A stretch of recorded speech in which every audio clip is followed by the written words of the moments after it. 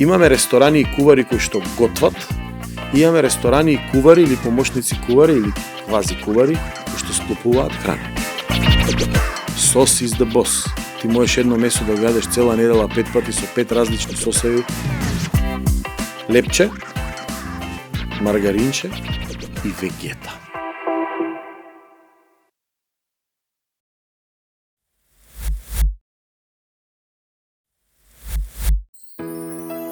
Оваа епизода е поддржана од Тонери Мак. Едноставно решение за вашиот принтер. Добро дојде во Гастроклуб, Јаки Митровски. Добро ве најдов. Баш ми е драго вака, после толку време и ти да седнеме на едно исто масиче. На исто црвено масиче. Така е. Црвено баш. Супер си. Јас би почнал од Инферно. И има многу и пред Инферно. Што? Али пред да почнеме све, јас сакам Ептен ми е драго, што ова нешто што започнува, го започнуваш со еден обичен човек, патриот во угостителството, да речеме, што си ја сака многу и локалната гастрономија, и домашната, да речеме, македонската, нашата. И баш кај прва емисија. Инферно беше една приказна што овде у Македонија моите родители ја започнаа како семеен Инферно во бизнес. Радишен. Радишени, да, Радишени. Единственото Радишени. Ја започнаа како бизнис по враќањето од Швајцарија. Значи, треба да се навратиме назад, 94-та година, се моите почетоци у суштина на само 11 годишна возраст се шетав и раскревав масички во еден ресторан, пицерија, која што мајка ми и поширокото семејство, значи брат ми, војко ми и сите учествуваа како тогашни гастарбајтери во Швајцарија едно многу различно време за гастарбајтерите надвор. Буквално ја водеа таа пицерија, го водеа тој ресторан, брат ми у кујна, мајка ми во сервис и како нели менаџирање на самиот ресторан, во сите оддели буквално. Така да јас се пронајдов како садопер на 11 години и твоето готвење почнал види, мојата љубов кон угостителството и да му направиш на другиот да му е убаво, односно да доживее нешто што ќе го запамти е токму од таму. Значи угостителството го започнувам таму. Покрај првите основни работи са садопер, раскревање, помогни, ајде ваму, ајде таму, јас им ги раскревав и масите. Ама зошто? Од секогаш фокусот ми било да не е ништо џабе. Не во суштина на пари, туку, иако во овој случај се пари во прашање, на секоја маса имаше бакшиш. Како ја раскревав масата, со изговор дека им помагам, ја у суштина и бакшишот си го зимав. Така да, ете, во секоја работа, така и подоцна, и до ден денес, секогаш барам да има бакшиш. Дали е тоа знаење или дали е тоа нешто што ќе остане, ете. Ова ме подсети за во Грција за на плажа што ми кажуваш. Тоа е едно, па плюс, значи тоа продолжува. Грција доаѓа веќе во студентските денови, нели, се оди сегде, се бара место каде што може да се научи нешто повеќе. Во тој случај беше нели масовниот туризам е негде кај што можеш многу да научиш, затоа што таму се среќаваш со различен карактер на гости, море, плажа, многу луѓе, но и како нели студентарија нема сигурно да дадат позиција на која што прво треба да се покажеш. Како стигнав, господинот Ставрос Сикаљас, ја ден денеска го памтам и по име и по презиме, не распредели кој каде на таа пракса, што тогаш беше преку факултетот за туризам од Скопје, не распредели на разни места и нормално кој каде ти на плажа. Најубаво. Си викам, што ќе правам јас на плажа? А до плажа имаш уште еден, да речеме, тревник, кој што е, не знам, имаше 100 метра, значи, еден стадион. Значи, хотелот, тревникот, па плажата. Плажата имаше околу 200 чадори, односно 400 лежалки. Вика, со едно гребло треба све да почистиш. Односно, да ја израмниш, она што останало закопано под песок, да го извадиш и да го фрлиш. Добро, викам, ајде, 4 саат бајле, греблото и почнува чистка. Меѓутоа, све што се наоѓаше, нели, покрај отпадот, некогаш знаеше и нешто да затропка.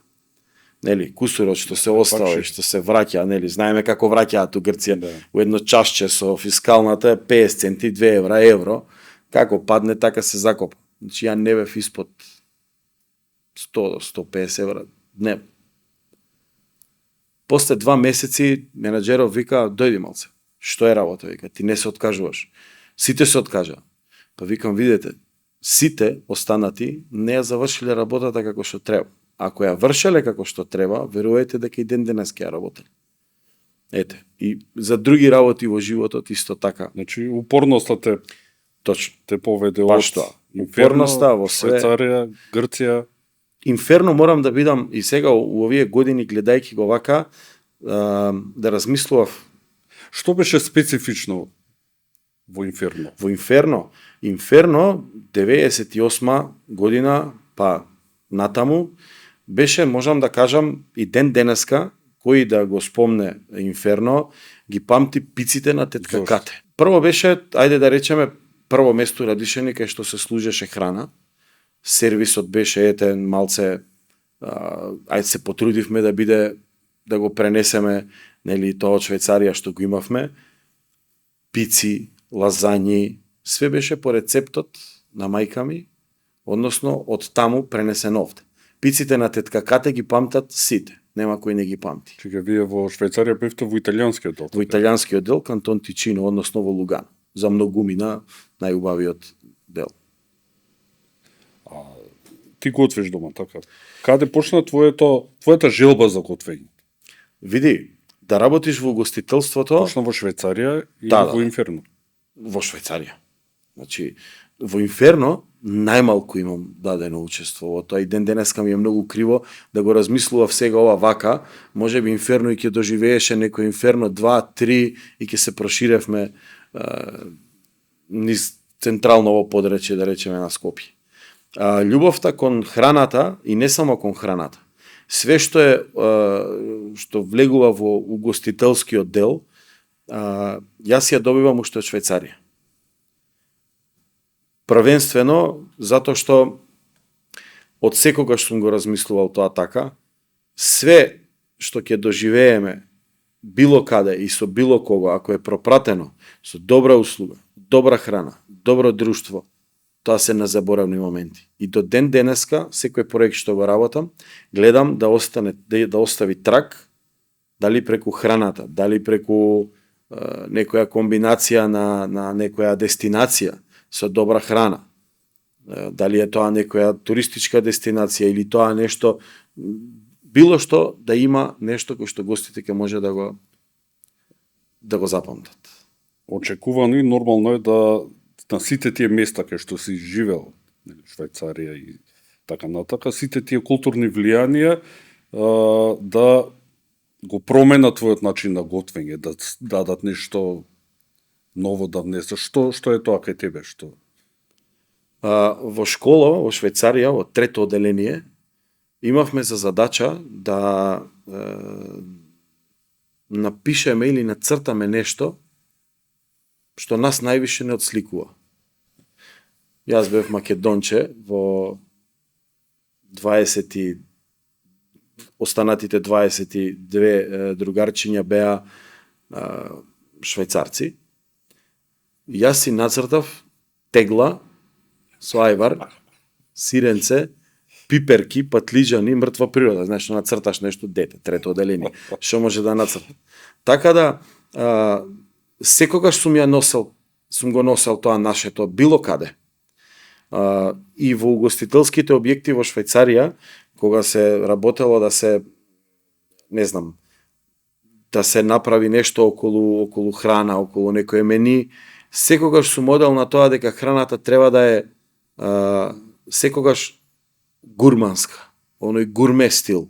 За мене македонската храна представува нешто што е гурманско, односно не може да не ти остави впечаток. Не се работи за некој рамен вкус, за нешто што, без навреда, нели, нормално италијаните имаат предобра традиција во бурата, моцарела и такви работи. Буратата е нешто што ако не го искомбинираш со некое друго јадење, со некој патлиџан или некое песто, таа сама по себе не може да биде нешто убаво. Додека нашите јадења, ајварот, не знам, кебапчиња, готвени други јадења, нема ништо што е така, да нема вкус. А колку нашите што се, нели, иселеници, колку нашиот стил на готвење се изменува надвор кој ќе трпи измени секако, исто како италијанската кујна, не знам, во Америка не е италијанска кујна. Точно. Има тенденција секој да си ја влече собствената кујна таму кај што живее. И за тоа се сведоци доста ресторани, македонски ресторани во Швајцарија, македонски ресторани во Германија. Имаме дури еден мој драг пријател во Германија, Денис Балкан, он постојано си ја влече Македонија во неговото мени, во неговата винска карта. Значи, не изостануваат македонските производи таму. Така да, дури, сега, да не ја влечеме работата кон угостителските објекти и рестораните, и самите луѓе кои доаѓаат овде, верувај ми, кои се пакуваат за назад, ако им го отворат гепекот на граница, ајварче, ракија, лук, све си носиме нагоре. Така да, се носи горе затоа што секогаш фали. Храната на баба, храната на мама, храната од дом. Дали има некоја техника или нешто од готвењето на постарите, да речем папа, дедо, што имаш, што ден денес го користиш? Да ти кажам нешто, да не ја должам премногу, да знаеш дека угостителските објекти, денешните ресторани, гостилници, па чак и овие сега најреномирани звездени ресторани, започнуваат у суштина многу одамна, од времето кога богатата класа, таа буржуазија, сакала да има некој да ги служи по дома. И тука е тоа француското послужување, кога они сакале све да имаат на една маса. Од 10 вилјушки, 10 ножа, 3 тањира, 50 чаши, за да во некое поддоцнежно време од дома, нели, за да може секој да се почувствува така послужен, се отвараат тие ресторани. Така да готвењето дома и готвењето во тие услови у суштина е една како да кажам, неолесната, упростена работа од она што се правило дома. Се наоѓаат разни технологии, техники на готвење, термичка обработка. Еве ќе спомнам некоја што сигурен сум дека нашите баби... Што од твојата баба? Па еве, мојата баба буквално све, можам да кажам. Значи, од она вакуумирање, или месо во тегла, па остаено во вода да изврие, ама во тегла да изврие. Или модерно суви. Или тоа е француски збор под вакуум. Значи, ние вакуумираме со сите сокови, со сите мируди, може и додаваме нешто внатре, и на крај како ќе се извакуумира, у кесичката, таа кесичка оди во една загреана вода, што се одржава преку еден модерен апарат денеска, што се користи за тоа во кујните. И тоа месо што е внатре, у суштина, тоа ми го објаснувала и баба ми, па и мајка ми, и ден денеска, јас кога ќе дојдам како Америка да сум ја открил некојаш, викам, ние почнавме суви да правиме, шо е тоа, вика, суви? А викам, под вакуум. Па да, вика, ние теглите, вика, под вакуум на времето. И таа е потребата за да се сувидира, односно да се вакуумира, да се задржат сите сокови мируди, вкусови, да не се контаминира со водата во која што ти би ја сварил во нормални услови. Еве едно пилешко месо или а покрај тоа останува многу меко, многу сочно. И кратиш време. Во ресторан се крати време, тоа е веќе термички обработено. Останува уште кратко да добие некоја кора, некоја завршна. Колку често готвиш дома? Керка ми обично знае да ми покаже некој клипче од социјалниве медиуми, па ај тато да го направиме. Тогаш готвам пошто се специфични работи. Морам да бидам искрен и мислам дека е 90% така од оние кои што работат во угостителството. Ако е тоа по струка дома не значи дека готви. Но ако се работи за гости, пријатели, знам некогаш да направам нешто да сготвам јас, па од тие техники да употребам во домашни услови. Да, и очигледно дека и пријателите и роднините очекуваат Нормално. да ти нешто им направиш. Така е. Дали до сега имало некој, не знам, неуспех, катастрофа, лоша критика? Види, Да очекувале секогаш нешто има. да направиш, За дома или за дома, на професионален? Збориме За за дома. дома. Да ти кажам право дека најголемите грешки се дома. Пример. Пример. Се сеќаваш на некој? Да, и пошто ги имам многу, бирам некоја секоја да ти ја кажам. Ке ти кажам прво зашто се многу грешките. Успешен професионалец во оваа работа нема ништо да му успее дома, односно на работа, од прва. Значи мора ти да си купиш едно 5-6 кокошки, да ги направиш, да ги обескостиш дома, за да знаеш да обескостуваш утре пред гости. А знаеш дека пошто спомна кокошка, со една кокошка се вежбаат сите можни техники. Така е. Иначе ја мора да ви кажам нешто. Овој човек е толку голем ентузијаст, што у последниве 5 години и мислам дека кај да е, ќе ги помине многу од овие фамозниве YouTube готвачи што се, затоа што прво мене ми изненади со тоа што почна некој ваков проект, а секогаш по неговите социјални медиуми може да видиме стварно Изгорено нешто. види се, дома готвиш. Прекрасно. Мислам, и не само дома, имаш желба да готвиш и на некој загреан камен и на нешто. Значи тоа стварно секоја ти чести сега, еве пак техникиве, бело месо, па имаш ова, имаш тоа си учел. Добре. Сум читал по нешто. Секоја чест стварно и уште една причина зашто овој гастроклуб мислам дека ќе доживее нешто многу поеќе пошто не е вештачки. Знаеш што проблемот е, сите почнуваме да готвиме дома, нели? Од јајца. Пржиш како и да и така натака. И во одреден момент гледаме рецепти, ќе земеш рецептот, ќе го направиш и супер. Се до оној момент додека не почнеме малце лево десно да одиме. И Точно. тоа што добиваме крах. Така. Апсолутно. И наеднаш сваќаме дека нас ни треба малце подлабоко да нам влие. Па да, особено ако не си тип што Почнуваме да прашуваме, сами да се па прашуваме. да, точно. Имаме, не знам, месо кое што има многу колаген. Што правиме со него? Да, некој што го буни тој колаген со крв.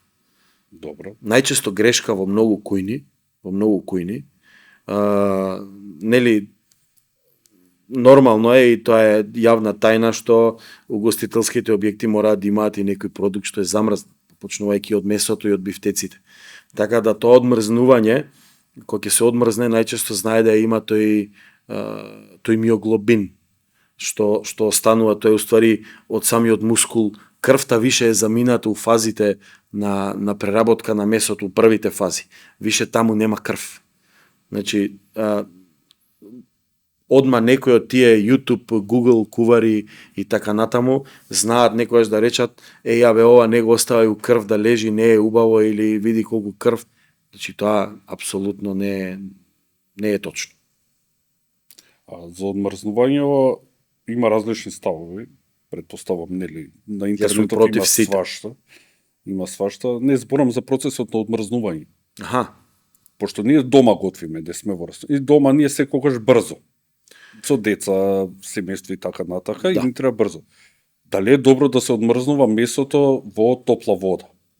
Брзото одмрзнување може да намали на квалитет на самото јадење. Колку е безбедното? И воопшто не безбедно, да речеме.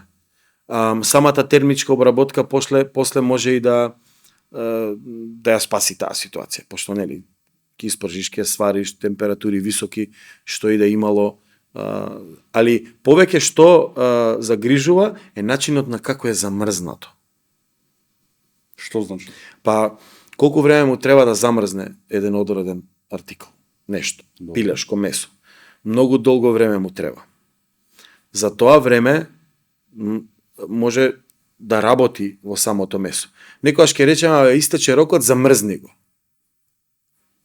Никогаш. Затоа што ми стекува рокот, тоа значи дека више не чини.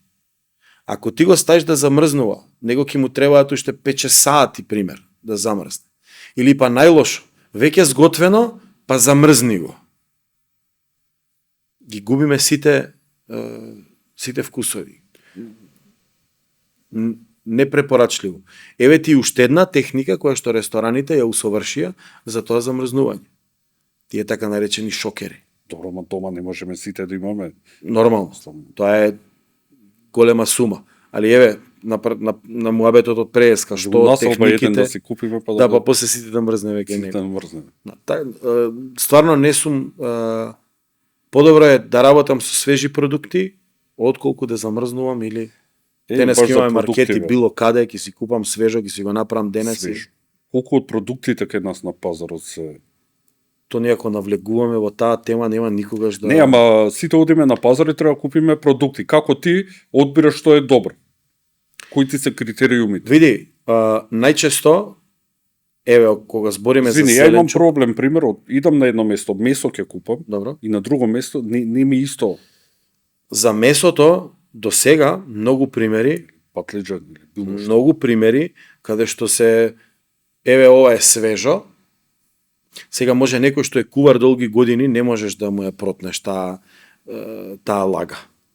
Дека тоа е свежо, он знае дека тоа било замрзнато. Се случува да големите нели индустрии месни кои што продаваат, ќе го замрзне, ќе го одмрзне, има техника како да си го одмрзне, да ти стварно помислиш дека тоа е свежо. Ме разбираш? А кај зеленчукот и кај овошјето, во периоди кога не е можно да имаме квалитетен домат во декември, едноставно е.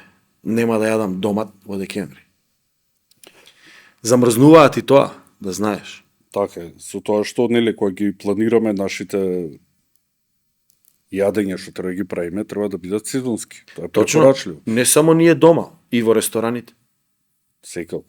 А многу од рестораните не го прават тоа. Шопска салата имаш и у декември. При готвењето, нели, имаме еден X фактор.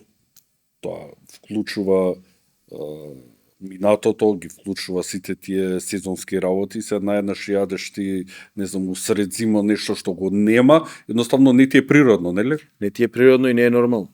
Не е нормално. Не е... Кажав, примерот на шопската салата, у ноември, не ми е својствено да има во ноември домат. И тоа што го јадеш во ноември како домат, нема вкус на домат. Тоа мора да одма да ти текне како може да е добиен овој домат.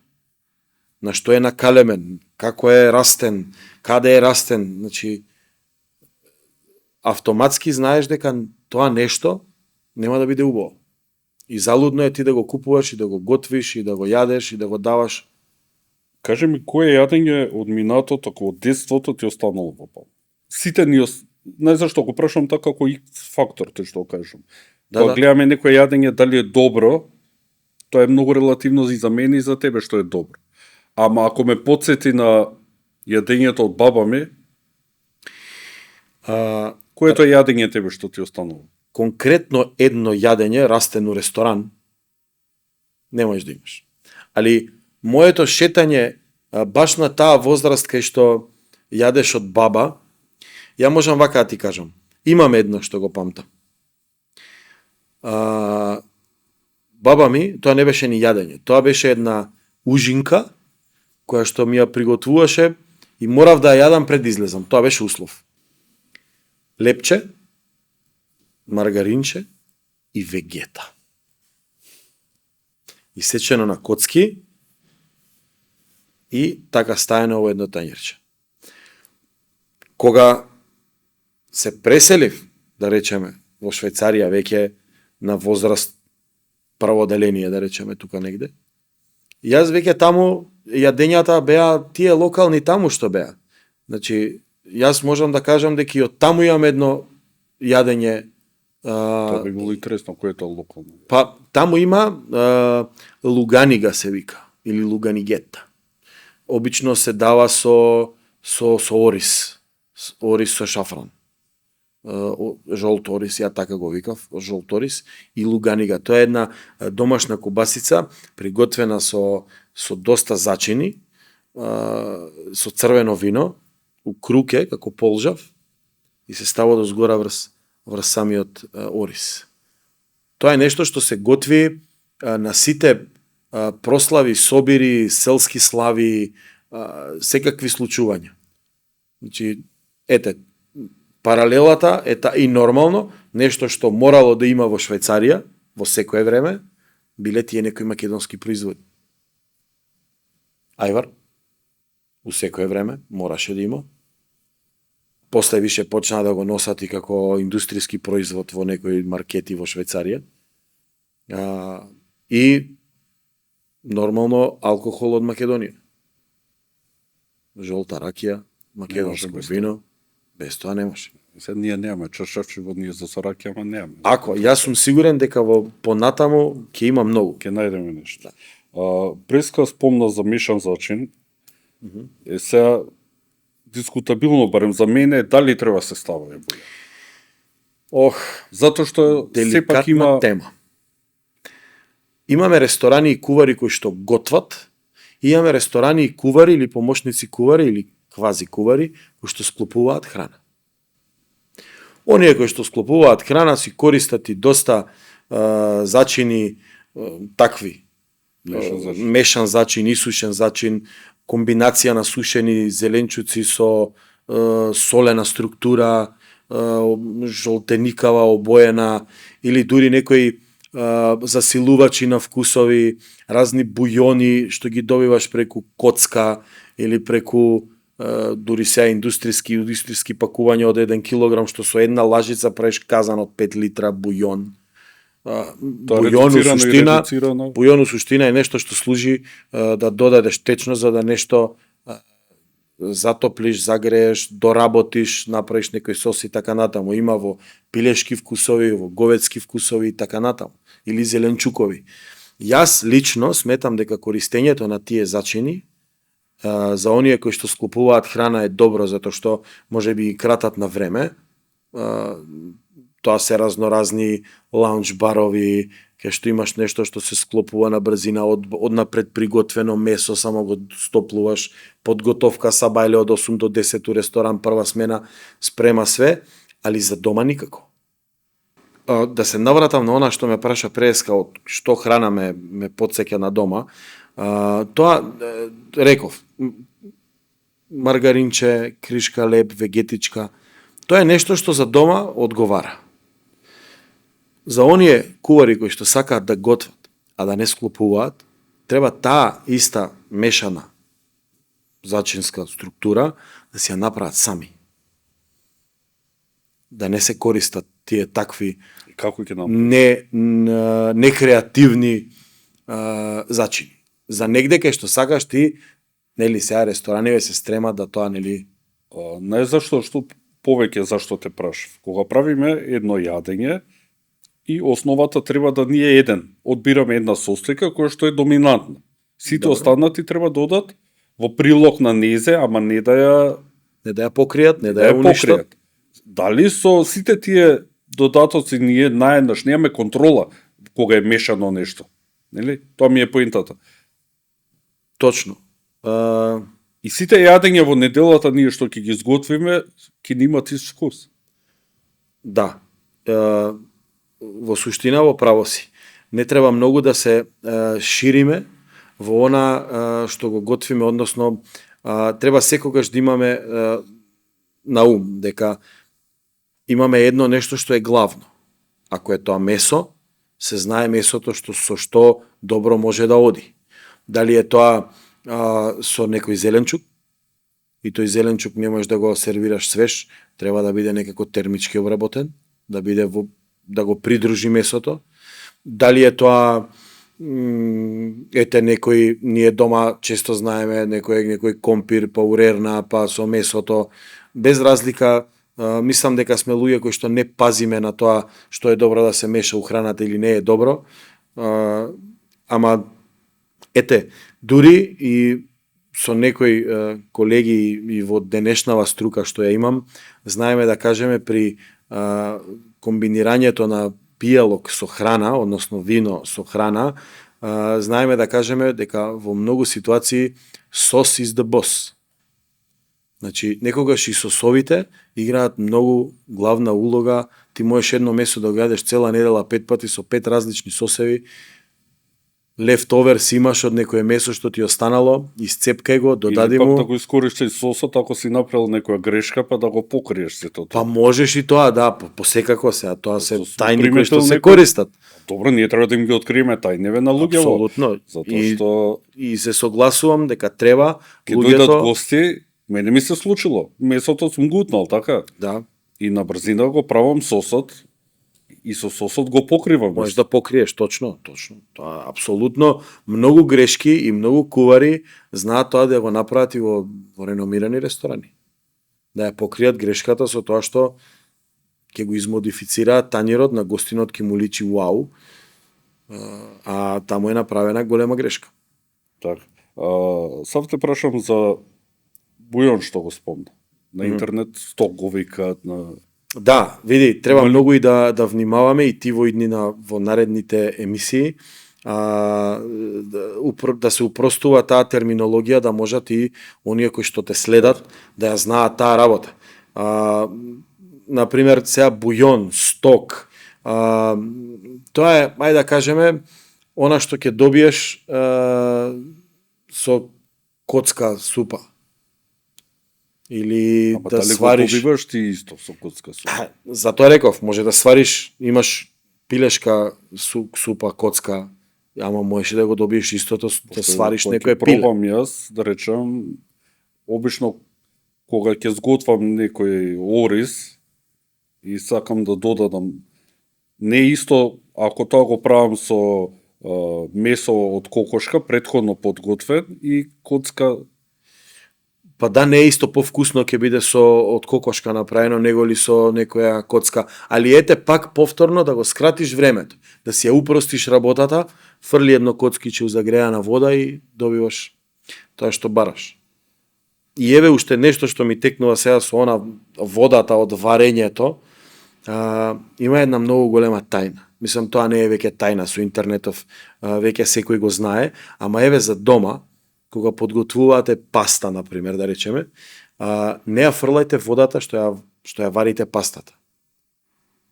Затоа што најголемата грешка е фрли ја водата и стури зејтинче у пастата за да не ти се лепи. Зејтин ставање на паста, после ниеден сос нема да се залепи за таа паста, зашто таа е мрсна, лизга, не може да поприми ништо.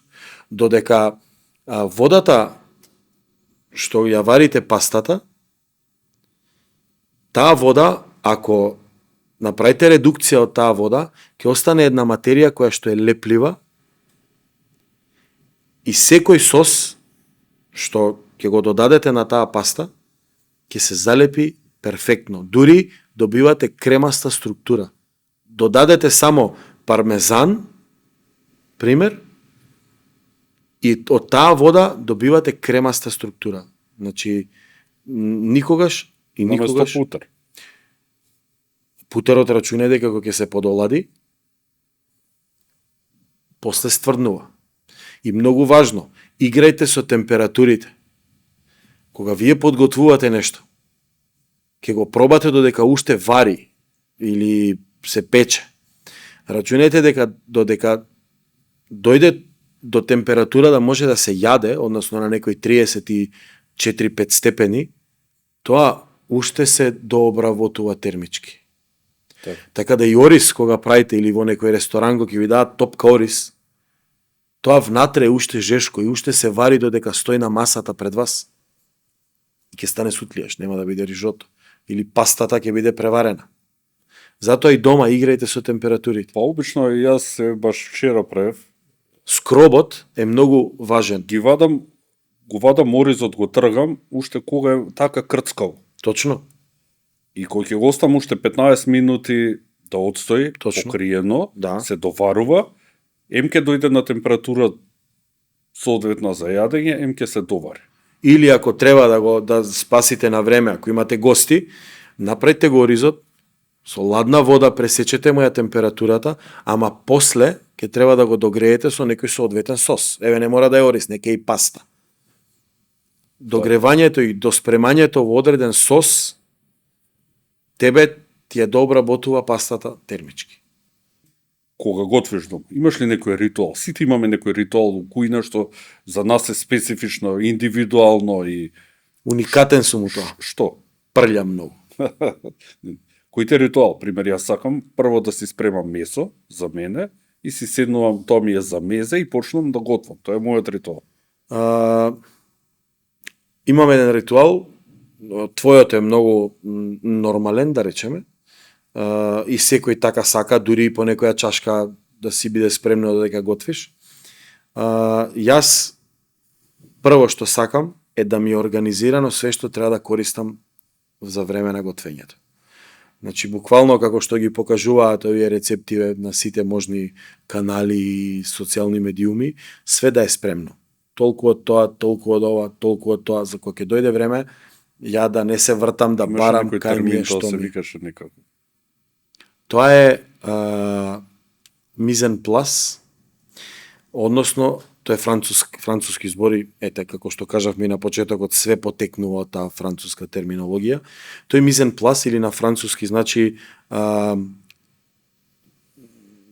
ставање на место, односно организирање или сетапирање или подготвување на одредено нешто. Има мизен плас на како се отвара вино, тој мизен плас ти е отварач, декантер, салфетка, простор кај што ќе оставиш после тапата и така натаму, или мизен плас на маса, тоа е кај стои чашата, кај стојат. Колку луѓето дома што готват го прават? И колку треба да го прават? Мислам дека моје мислење е дека имаат чувство дека тоа ќе им одземе поише време и затоа не го прават. Еве, пробај некогаш да си зададеш. Јас го правам тоа. Ете, значи Зашто го правам? Затоа што од моментот кога ќе почнеш да готвиш, треба да бидеш сконцентриран само таму. точно. Не сега ми треба кромит, па е да го отиде возот. Не. Тоа Отиде возот. Особено сосеви кога правиш. токму така. Има сосови кои што не дозволуваат, треба буквално да го испотиш кромитот, а не да го испржиш. И се најнаш ти правиш редукција и ти текне дека треба да додадеш нешто, отиде. Точно. И таа редукција има простудирани се сите тие работи. И таа редукција има точна температура и точен момент кога треба ти да тоа го да трнеш, да не изврие, да не добие други вкусови, да не промени во структурата, да остане онака како што треба. И вино кога редуцираме, или самата вода од пастата кога ја редуцираме. Мислам, таа редукција, еве, за да им се подобјасни на луѓе кои што можеби првпат влегуваат во овие води, редукција не е ништо комплицирано, односно да се извади водата или она што е преку техника на испарување, а да остане онаа другата структура од која што е направена таа течност. Ме разбираш? Еве, например, скробот што се наоѓа во водата од пастата, треба да да испари водата, да остане скробот, за да ја Да залепи добиеме поголема концентрација. Точно. И на вкус, Кремасто, и и на вкус, текстура, и се. и така натаму. Ми се пријаде бе тоа, ми се. Ќе одиме, не е проблем се. Сав те прашам, кога би бил храна, што би бил? Кога би бил храна, што би бил? Кога би бил зеленчук, што би бил? Еј, патлиџа. И зашто? Па не знам, Така се осеќаш? убав ми е. Ради изгледат или вкусот? Вкусот. Види, изглед вара. Изгледа. Натрешноста е важна. Да. И секогаш све почнува и завршува со тие салатички, со патлиџан. домаче, да. Со патлиџан, да. И со ракија, македонска. Сакам те прашам што се случуваше со Hospitality Expert. Саша Мишиш се движеше низ Македонија. Да. Мојот, значи, угостителството го започнувам уште Швајцарија, па се враќаме овде, се отвара Инферно.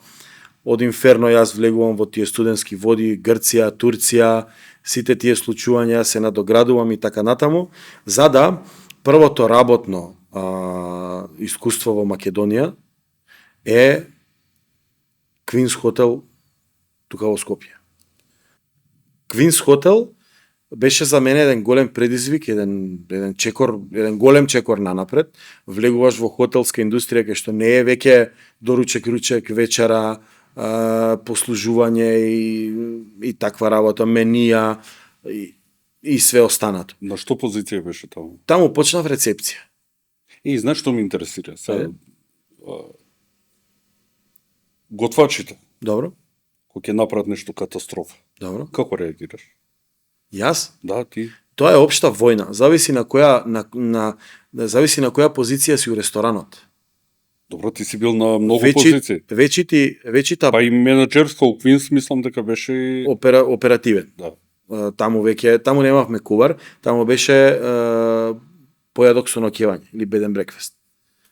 Таму имавме најдобрата шведска маса, мислам дека што можеше да постои во хотеливе по Скопје.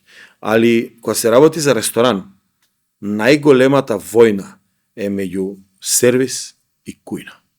Тие никогаш нема да признаат дека направиле грешка.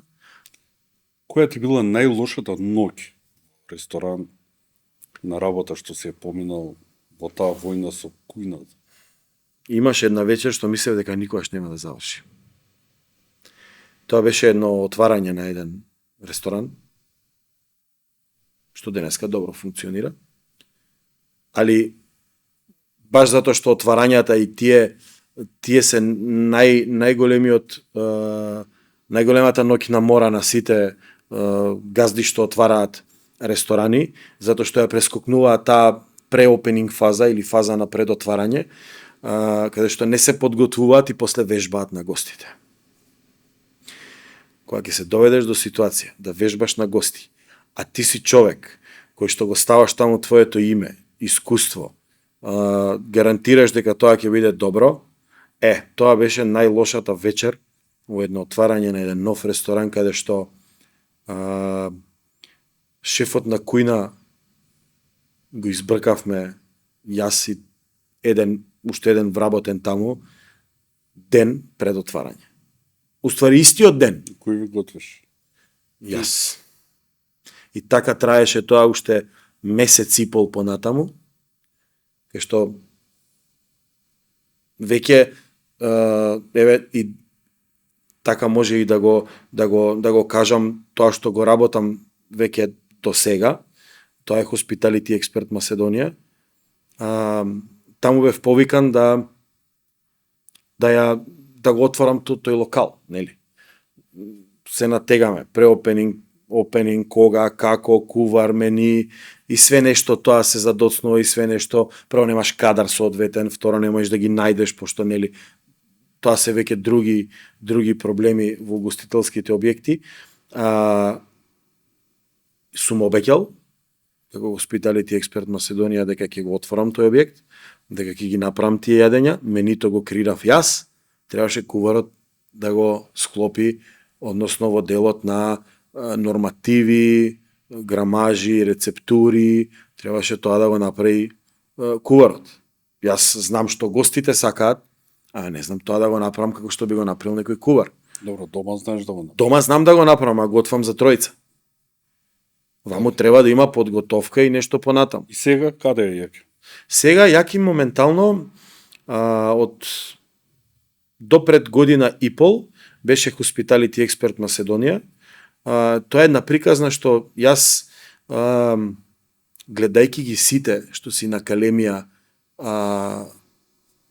чин експерт во угостителството и си изнагледав све и свашта, значи верувај ми, решив дека јас ќе бидам еден од тие, дека јас ќе одам од објект до објект и на вистина ќе помагам како што треба, а не само колку да се заврши проектот.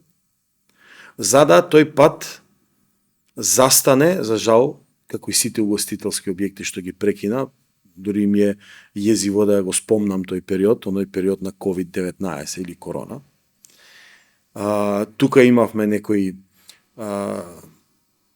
проекти кои што беа во тек, завршија или исходот беше таков каков што беше, за мене само дополнително искуство.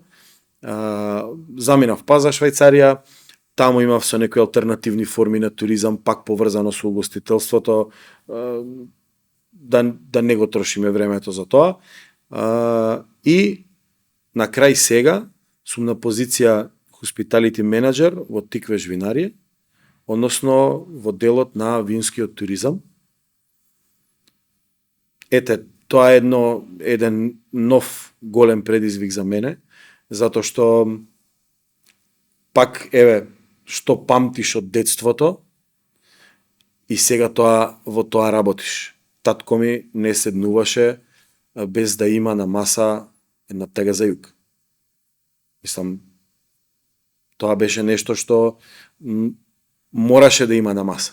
Јас растев со таа етикета и денеска сум на позиција Hospitality Manager или односно домаќин во винарија Тиквеш, да ја раскажувам таа приказна, од каде почнало, како дошло и така околу винскиот туризам.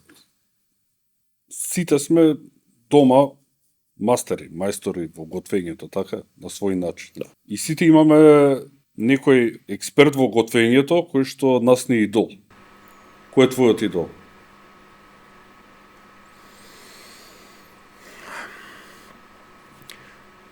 Види, идол како идол особа една да кажам, не знам да ги спомнам Антонино Канафачуоло. Тоа е италијански кувар, кој што не е само кувар. Тој е човек што има доста лекции, животни лекции поминато. Дур станал кувар. Така да он све што готви, го сготвува за да биде направено. За да биде сготвено како што треба. И на тоа знае да додаде плюс емоција. И таа храна што он ја прави, иако сум ја јадел може и истата намирница и на друго место, кај Антонино, кај него во рестораните што ги има душа. Значи, не е доволно да се појавиш на некое кулинарско шоу, да си познат, да имаш своји теглички со разни сосови по маркетиве ширум светот, за да бидеш идол во готвењето. Значи, тој како јавна личност, што е нареден со многу чинови, од звезди Мишлен до лажички еспресо, до разни категории, кои што, пошто звездите Мишлен не се ништо повеќе, односно еден водич, патен водич. Да прашаш некој сериозен кувар од било каде во светов, што е за тебе Мишлен, он ќе ти рече водич. А кој е твојот идол дома? Во семејството, во... Чувството кога ќе се вратиш дома, да имаш, да мириса на нешто сготвено, ти дава чувство на дома, на нешто кај што сакаш да се вратиш кај да си, што и да правиш. Работејќи во ресторани, за жал, работното време е тоа што е, не можам да си дојдам дома за време ручек, така да ручеците ги поминувам во ресторан. Дури, да го спомнам пак Антонино Канафачуоло, он, неговиот дедо, затоа и го поштувам човекот зашто ги раскажува тие традиционални работи, му рекол, внучко, ако сакаш да работиш во угостителството, рачунај дека сите датуми во црвено за тебе ќе бидат работни. Што значи дека некој ќе ужива, ќе биде слободен, а за тебе ќе биде работно. Така да, за жал, тоа и се моето семејство го трпи, ама ете, имам разбирање и поддршка секако, тоа што ја не сум дома за тие моменти. Секако, дека тоа не треба да изостанува, јас нешто што памтам, ете покрај сега во поново време кога ќе успееме да се собереме викенд некојаш, па некоја скаричка дома или ете во поново време може е собирањето со фамилијата, а порано како ерген да речам, нормално ќе се вратиш дома, има нешто сготвено, мајка ми е таа која што готвеше постојано кога и да се вратам, а она уште си го влече стилот на тоа здраво, помалце, немој многу, доста ти е. Ја ќе нели јадеше сега пред пола саат, а ја ќе го отворам фриждерот или фиоката. И проблем. Кажи ми од оваа позиција сега, каде го гледаш готвењето, храната, традицијата у наредни 10 години, 20? Никогаш, ама никогаш нема да изумре нашава традиција, затоа што како регион, не зборам само како Македонија, ние влечеме доста традиции, доста историја, доста народи, така да имаме многу слична храна на некои соседи, не само храна, па дури и култура, и традиција, и музика, и све влечеме од тоа минато. Би немало иднина ако го немаме тоа минато, меѓутоа треба да ја гледаме и сегашноста. Односно, што повеќе можеме, тоа подобро, да си ја сочуваме таа наша традиција.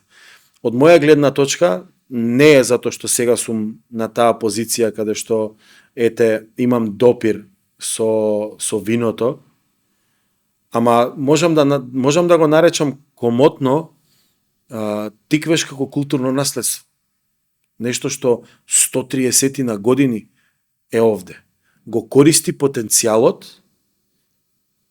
на тоа што го има тоа централно подрачје на Македонија. Ја имаме таа винска артерија, Вардар. Ги имаме неколку нејзини притоки кои што многу даваат на таа почва.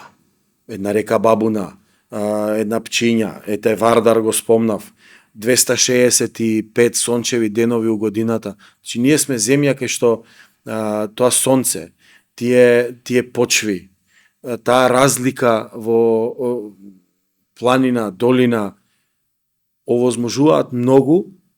Сега ова е пример за виното, ама тоа значи и во храната, и во зеленчукот, и во све, и основните примарни намирници што ги користиме ден денеска. Значи, сочувајте си го она што земјата ви го дава. Ние моментално, конкретно, производот ни е директно од природата. Па затоа ја имаме и таа среќа да тие локации, кои што се неслучајно одбрани, во близина на Вардар, на висина од 600, 700, 800 па 1000 надморска во Барово, тука експерти, енолози, стручњаци во тоа увиделе дека таа локација му дава таква карактеристика на тој грозд, за да после се преточи во уникатно и специфично вино. Па така и на мирницата, тој патлиџан, и таа краставица, и тој граф, и тој орис, и тоа јаболко, све што го имаме може да остане понатаму како традиција. Сега јас ќе те прашам тебе нешто. Кое е традиционално благо македонско? Не знам. Ова како има многу? Па не знам, е традиционално. Не знам. Триглече? Не. Еклер? Не. Не. Еве, гуглај до следното Ке го подкастче. ке го. Знаеш како овој одговор